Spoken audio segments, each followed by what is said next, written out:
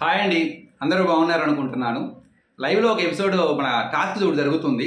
సాక్స్లు వేసుకొని యాంగిల్ దాకా కొంత పార్ట్ని ముందుకు లూజ్ చేయాలి, కాళ్ళతో వాటిని లాగాలన్నమాట.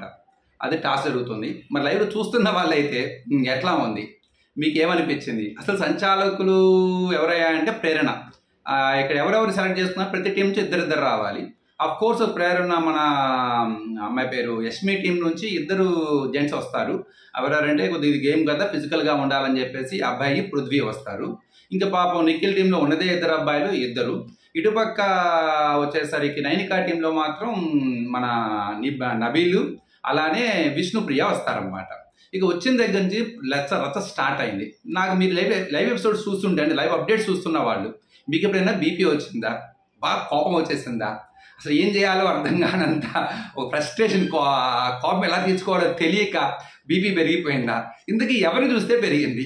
సో ఎవరి మాటలు, ఎవరి హావభావాలు, ఎవరి యాటిట్యూడు, ఎవరి ఆట తీరు అది చూసిన తర్వాత మీలో ఫ్రస్ట్రేషన్, బీపీ అన్నీ వచ్చేసినాయి. ఒక స్టేజ్లో తట్టుకోలేక చూడటం మానేశారా? అది ఎవరో చెప్పండి నాకు. అలానే ముఖ్యంగా యష్మిలో క్లియర్గా ఇవాళ నేను మన అమ్మాయి పేరేంటది చంద్రముఖిని చూశాను. చంద్రముఖిలాగా మారిన యష్మి. ఇంకోటి ఏంటంటే అసలు కంప్లీట్ ప్రేరణ అని డామినేట్ వదిలిపెట్టేశారు. ఎవరెవరయ్యా అంటే సోనియా అని యష్మి. దీని గురించి కంపల్సరీగా నాకు సారి వీకెండ్ మాట్లాడాలి. సంచాలకుడి నిర్ణయం తుది నిర్ణయం. సంచాలకుడికి వ్యతిరేకంగా మాట్లాడే హక్కు లేదు. సంచాలకుడిని బెదిరించే హక్కు అంతకన్నా నేరం. ఈ రోజు కనుక మీరు లైవ్లో చూస్తే మేబీ వాళ్ళ కంటెస్టెంట్కి సపోర్ట్ చేసుకుంటూ తప్పలేదు. దాన్ని ఒక వేలో చెప్పాలే తప్ప అవతల వ్యక్తిని బెదిరించి ఇన్ఫ్లుయెన్స్ చేసి, ముఖ్యంగా తన టీంకి తన క్లాన్కి సంబంధించిందే కాబట్టి సో చాలా ఇన్ఫ్లుయెన్స్ చేసి మ్యానిపులేట్ చేసేటట్టుగా మాట్లాడటం కానీ, తాపతాపకి బయట లోపల రావడం కానీ, తాపతాపకి ఆటగా అడ్డు రావడం కానీ, ఆ అమ్మాయి నిర్ణయాన్ని మార్చే విధంగా వాళ్ళు చేసిన యాటిట్యూడ్ ఏదైతే ఉందో అది కంప్లీట్ అసలు అబ్స్ట్రక్ట్. అది మేబీ కొంత కంటెంట్ క్రియేట్ చేయొచ్చు, కానీ వాళ్ళనైతే మాత్రం బయట జనాలకి ఫీడ్బ్యాక్ బయట నెగిటివ్గా కనపడుతుంది. నాకే అనిపించింది అసలు ఏంటో వాళ్ళ బిహేవియర్ అని చెప్పేసి. మేబీ వాళ్ళ పాయింట్ కరెక్ట్ అయి ఉండొచ్చు, వాళ్ళు ఫైట్ చేసిన విధానం కరెక్ట్, కానీ మాట్లాడే విధానం చాలా చాలా ఇంపార్టెంట్. సో మనం చెప్పే పాయింట్ మంచి పాయింట్ అయినప్పుడు దాన్ని చాలా సెటిల్డ్గా చెబితే ఆ పాయింట్కి వ్యాలిడ్ ఉంటుంది. మనం చెప్పే పాయింట్ వ్యాలిడ్ అయినా కూడా మన బిహేవియర్ కనుక అల్ట్రా ఎక్స్ప్లోర్లో కనుక ఉంటే అసలు దాన్ని ఎవడు పట్టించుకోడు. ఆ బిహేవియర్నే చూస్తాడు, ఆ ఫేషియల్ ఎక్స్ప్రెషన్నే చూస్తాడు, యాటిట్యూడే చూస్తాడు. అది వాళ్ళ క్లియర్గా చంద్రముఖిలా తయారైందని ఒక ఫీలింగ్ వచ్చింది. ఇక అందరికన్నా నాకు బాగా నచ్చింది ఎవరా అంటే నిఖిల్ నాకు నచ్చాడు అని మొహమాటం లేకుండా చెప్తున్నాడు. నిఖిల్ సూపర్ అసలు.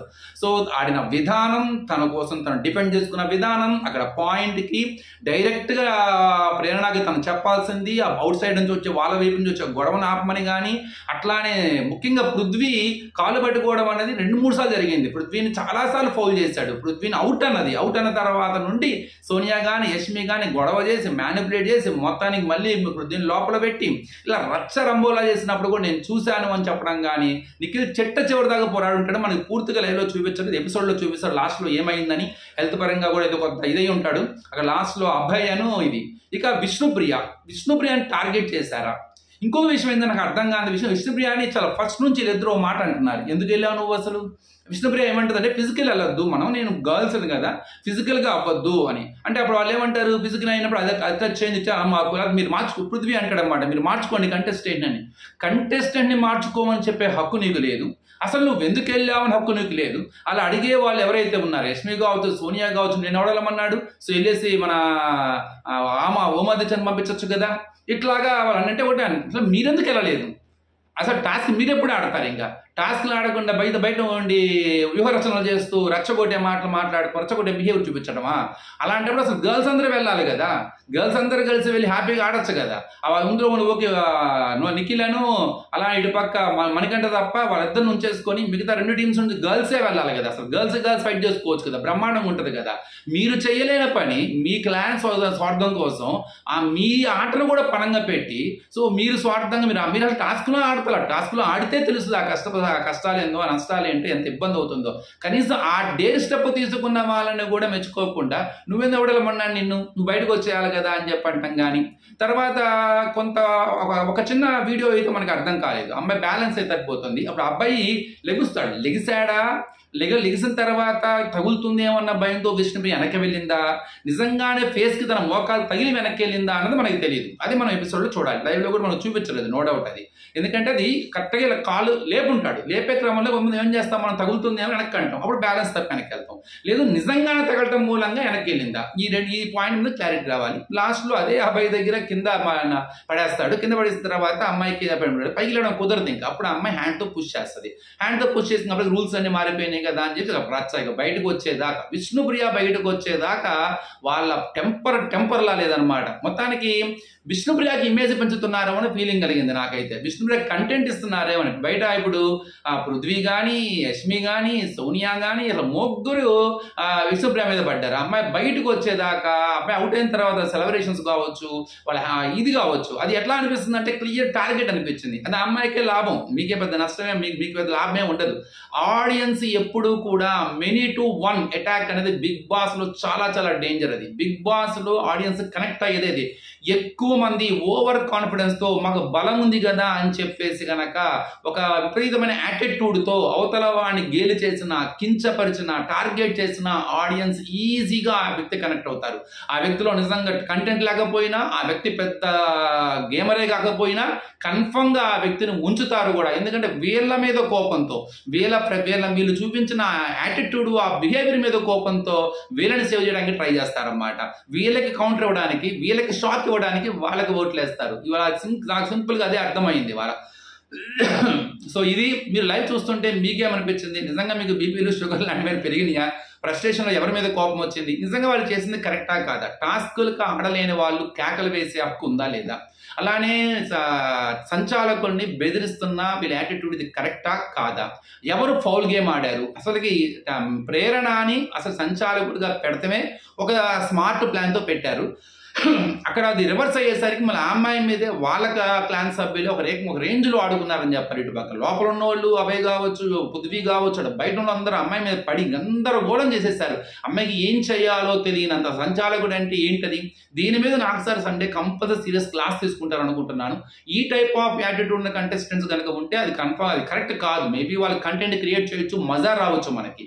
కానీ అది ఏమవుతుందంటే కన్ఫర్మ్ ఒక స్టేజ్లో ఒక మాట అంటది అన్నమాట. మాట్లాడుతుంటే ఎవరు అంటారు మణికంఠ ఏదో అంటే నువ్వే వాడు తిరుగుతూ ఉన్నావు కదా అని అంటాం. కానీ తర్వాత ఏదో స్టేజ్లో ఎందుకు అరుస్తున్నావు అంటే ఎంతే అరుస్తా, నేను ఎంత ఏదైనా మాట్లాడతా, ఏం చేసుకుంటావు పో అంటది యష్మి. అప్పుడు నాకు కౌంటర్ ఇవ్వాలనిపించింది, నాకే అనిపించింది డైలాగు, నీ ఇష్టం నువ్వేమన్నా మాట్లాడుకో, మా ఇష్టం మేము ఎప్పుడు కావాలంటే అప్పుడు తెచ్చుకుంటాం బయటికి నిన్ను అంటే ఫీలింగ్ వచ్చింది నాకు. అది అనకూడదు కానీ చెప్తున్నాను, ఆ ఫ్రస్ట్రేషన్, ఆ కోపంలో మనకు హ్యూమన్ బీయింగ్ కదా మనం. ఆ మాట అన్నప్పుడు ఎలా ఉంటుంది, ఏంటి ఇంత ఓవర్ కాన్ఫిడెన్స్ ఏంటి అన్నప్పుడు ఏమనిపిస్తుంది ఆడియన్స్ కావడం, అలాంటి ఒకరైనా కూడా. సో నాలాంటి వాళ్ళు ఏవే ఉండరు, అందరూ అమ్మాయి సపోర్ట్ చేస్తారు. కానీ నాలాంటి వాళ్ళు కనీసం 10 మంది 20 మంది ఉంటారు. వాళ్ళు ఏమనుకుంటారు, సరే నీ ఇష్టం వచ్చినట్టు మాట్లాడు, సో మా ఇష్టం నేను ఎప్పుడు తెచ్చుకోవాలో బయట తెచ్చుకుంటాం, అంతే కదా. అల్టిమేట్ సుప్రీం ఆడియన్సే. ఆడియన్స్కి యాటిట్యూడ్ విషయంలో చాలా చాలా ప్రాబ్లమ్స్ ఉంటాయి అన్నమాట. ఎప్పుడైనా ఓవర్ కాన్ఫిడెన్స్ చూపిస్తే మాత్రం ఆడియన్స్ అస్సలు సహాయించాడు. ఇష్టమైన అది ఎంత పెద్ద తోపు క్యారెక్టర్ అయినా సరే ఆ ఓవర్ డామినేషన్ని ఏ ఆడియన్ కూడా ఒప్పుకోడు అసలు. అది బిగ్ బాస్ షో పెట్టిందే దానికోసం. మీ యాటిట్యూడ్ని కొన్ని సిచ్యువేషన్స్లో రియాలిటీ బయటికి రావడం కోసమే. అది గుడ్ ఆర్ బ్యాడ్ డిసైడ్ చేసేదే వాళ్ళు అనమాట. అది రూల్స్ ప్రకారంగా ఆడుతున్నావా, నువ్వు రూల్స్కి విరుద్ధంగా మాట్లాడుతున్నావా, నీకు అధికారం వచ్చింది కాబట్టి ఆడుతున్నావా, అదంతా సెకండరీ. సో అదంతా ఎందుకు చేస్తాడు ఆయన, నువ్వు దాన్ని ఎలా యూజ్ చేసుకుంటావు, అది యూజ్ చేసుకునే ప్రయత్నంలో నీ యాటిట్యూడ్ ఎలా ఉంది, అది ఆడియన్స్కి ఎలా రీచ్ అవుతుంది అన్నది ఇక్కడ ఇంపార్టెంట్. చూద్దామని ఎపిసోడ్లో ఇంకేంటి మనం చూడొచ్చు దీనిలో. సో ఇవాళ కొద్దిగా అంతా బాగానే ఉంది, మనకైతే ఫుల్ కంటెంట్ వచ్చేసింది. చాలా కాలం తర్వాత బిగ్ బాస్లో మంచి డిబేట్ జరగడానికి ఒక మంచి టాస్క్ అయితే క్రియేట్ చేశాడు బీబీ. వాళ్ళు కూడా మంచి కంటెంట్ క్రియేట్ చేశారు. సండే రోజు వీడియోలు ప్లే చేయడానికి కూడా చాలా రకాల వీడియోస్ ప్లే చేయాల్సి వస్తుంది. అట్లనే ఈ సంచాలకుడి గురించి కానీ, ఈ అరుపుల కేకల గురించి కానీ కూడా గట్టి క్లాస్ పీకాల్సిన అవకాశం అయితే వచ్చింది. ఇక ఏం జరగబోతుంది అన్నది ఎపిసోడ్లో కూడా మాట్లాడుకుందాం. థ్యాంక్ యూ అండి. లైక్ చేయండి, షేర్ చేయండి, సబ్స్క్రైబ్ చేయడం మాత్రం మర్చిపోమాకండి. Thank you.